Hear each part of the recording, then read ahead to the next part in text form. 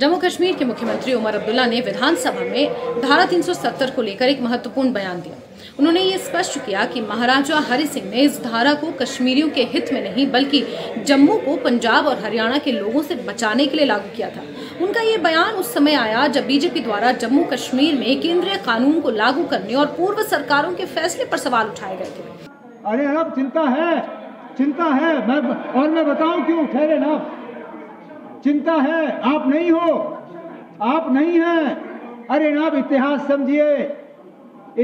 समझिए। जब महाराजा बहादुर ने स्टेट सब्जेक्ट का कानून लाया, वो हमारे कश्मीरियों को बचाने के लिए नहीं था जनाब। वो जम्मू के लोगों को पंजाब के लोगों से बचाने के लिए था। उमर अब्दुल्ला ने कहा कि धारा 370 का उद्देश्य कश्मीरियों की विशेष स्थिति को बनाए रखना था ताकि जम्मू और कश्मीर का संविधान और अन्य स्थानीय अधिकार सुरक्षित रह सके। उन्होंने कहा कि धारा 370 के अंतर्गत राज्य के विशेष दर्जे का अधिकार लोगों की सुरक्षा को सुनिश्चित करना था। उन्होंने ये आरोप लगाया कि बीजेपी के नेता और कुछ अन्य राजनीतिक दल धारा 370 को लेकर एक गलत नफरत फैला रहे हैं, जबकि इसका वास्तविक उद्देश्य राज्य की शिष्टता का रक्षा करना था, वहाँ के लोगों की रक्षा करना था। उमर अब्दुल्ला ने यह भी कहा कि राज्य की विशेष स्थिति को खत्म करने के प्रयास राज्य के भीतर अस्थिरता को पैदा करते रहे।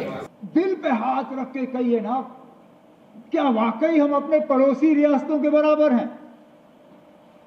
अरे ना, हम उस बराबरी के तक, उससे आगे तो चलिए हम ले जाएंगे। फिलहाल तो हम बराबरी की बात कर रहे हैं, वो बराबरी है नहीं कहीं पे। अब मैं कहां से जवाब शुरू करूं? मैं फिर ये इस बात पे आता ना, आप बताइए ना, कहां पे अपमान? जो मैंने पहले बात की, नक्शा आपने बदला। जो महाराजा साहब ने स्टेट सब्जेक्ट के कानून छोड़े, वो भी आपने बदले। हमने कोई नाम नहीं बदला। पठानिया साहब वकील हैं, मुझे बताइए ना, 2019 से पहले आप किस कानून के तहत यहां अदालत में प्रैक्टिस करते थे? रणबीर पीनल कोड, वो किसके नाम पे? महाराजा रणबीर सिंह। आज किस कानून के तहत आप प्रैक्टिस करते हो? नए कानून। तो नाम फिर हटा दिया ना, नाम फिर हटा दिया। तो अपमान हम करते हैं या आप करते हैं, ये आप सोचिए ना। इस बयान से ये साफ है कि उमर अब्दुल्ला राज्य की विशेष स्थिति को बनाए रखने के लिए प्रतिबद्ध हैं और हर हाल में जम्मू कश्मीर की सुरक्षा और अधिकारों की रक्षा करना चाहते हैं। लेकिन अब जो परिस्थितियां बदली हैं, अनुच्छेद 370-35 को हटाया गया है। स्टेटहुड का एक ऐसा दर्जा है, स्टेटहुड की एक ऐसी मांग है जो लगातार उठ रही है। और क्योंकि केंद्रीय गृह मंत्री अमित शाह भी इस बात को स्पष्ट कर चुके हैं, ये 3 पड़ाव आएंगे। पहले डिलिमिटेशन हुई, फिर विधानसभा के चुनाव हुए और फिर स्टेटहुड का दर्जा बहाल किया जाएगा। लेकिन इस बीच आज केंद्रीय गृह मंत्री संसद में जवाब दे रहे हैं और कई तरह के सवाल हैं जिनका जवाब केंद्रीय गृह मंत्री अमित शाह ने आज संसद में दिया है। वही लाल चौक पर कृष्ण जन्माष्टमी का महोत्सव रंग चंग के साथ मनाया गया। मां शारदा देवी के मंदिर में दशकों के बाद दीपावली और सरस्वती पूजन हुआ। खीर भवानी का ज्येष्ठ अष्टमी का महोत्सव 22 साल के बाद मनाया गया। और मान्यवर सिर्फ 370 हटने से क्या होगा ये पूछते थे। इसके पीछे हमने कई सारे ऐसे कदम उठाए जिससे आतंकवादियों के साथ भारतीय बच्चों की जुड़ने की संख्या करीब 0 हो गई है। 0। पूरे देश ने देखा होगा, 10 साल पहले आतंकवादियों का महिमा मंडन होता था, बड़े बड़े जनाजे के जुलूस निकलते थे। आतंकवादी तो आज भी मारे जाते हैं, हमारे समय में ज्यादा मारे गए। एक का भी जुलूस नहीं निकला, जहां मरते हैं वहीं दफना दिए।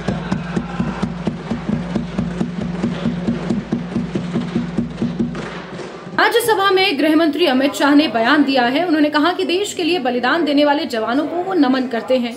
उन्होंने अनुच्छेद 370 का खास तौर पर जिक्र करते हुए कहा कि प्रधानमंत्री ने अनुच्छेद 370 खत्म किया। देश में दो झंडे कैसे हो सकते हैं? एक देश में दो विधान को हमने खत्म कर दिया। कश्मीर में बंद पड़े सिनेमा हॉल्स हमने खोल दिए। श्रीनगर के लाल चौक पर जन्माष्टमी मनाई गई। आतंकियों के रिश्तेदारों को नौकरियों से हटाया गया। 10 साल पहले आतंकियों का महिमा मंडन वहां पर होता था। अब कश्मीर में पत्थरबाजी, हड़ताल नहीं होते, कैलेंडर्स वहां पर जारी नहीं होते।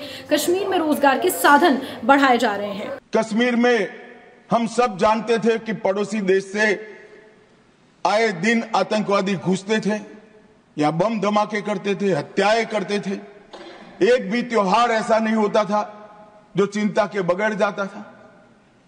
और केंद्र सरकारों का रवैया लचीला होता था, चुप्पी साध जाते थे, बोलने में डर लगता था, कोई दुविधा भी थी, शायद वोट बैंक का भी डर था। नरेंद्र मोदी जी के आने के बाद आतंकवाद के खिलाफ जीरो टॉलरेंस की नीति प्रधानमंत्री की ने। हमारे आने के बाद भी हमले हुए, उरी पर हुआ, पुलवामा पर हुआ। पहले हमले होते थे, कुछ नहीं होता था, कोई कुछ नहीं बोलता था, जवाब नहीं दिए जाते थे और लोग भूल जाते थे। दिल्ली के अखबारों में कोने में कहीं छपता था, आज 7 लोग शहीद हो गए, मारे गए, बम धमाका हुआ। मगर कोई संवेदना तक समाप्त हो जाए, वहां तक चीजें लिंगरिंग रहती गई, लिंगरिंग रहती गई, लिंगरिंग रहती। मोदी जी के आने के बाद उरी और पुलवामा में हमला हुआ। 10 ही दिन में पाकिस्तान के घर में घुसकर सर्जिकल स्ट्राइक और एयर स्ट्राइक कर जवाब दिया। ये तमाम चीजें राज्यसभा में केंद्रीय गृह मंत्री अमित शाह ने कही। उन्होंने कहा कि 2023 के बाद कश्मीर में पर्यटन बढ़ा है। कश्मीर में अब 85% यानी कि 85% लोग वोट डालते हैं। कश्मीर में लोकतंत्र की नींव प्रधानमंत्री नरेंद्र मोदी ने रखी। साथ ही साथ कश्मीरी पंडितों के रिजर्वेशन का उन्होंने जिक्र किया और राहुल गांधी पर भी उन्होंने इस दौरान निशाना साधा कि राहुल गांधी ने पैदल यात्रा तो निकाली कन्याकुमारी से कश्मीर तक, लेकिन कश्मीर की बर्फ में वो होली खेलकर वापस आ गए। इस तरह से उन्होंने राहुल गांधी पर भी निशाना साधा। तो कहीं ना कहीं जिस तरह से जम्मू कश्मीर विधानसभा के सत्र के दौरान उमर अब्दुल्ला ने अनुच्छेद 370 की बात कही और इस पर केंद्रीय गृह मंत्री अमित शाह ने राज्यसभा में जो तमाम बातें कही, कहीं ना कहीं इस पर अब एक अलग बहस, एक अलग चर्चा राजनीतिक गलियारों में छिड़ती हुई नजर आ रही है।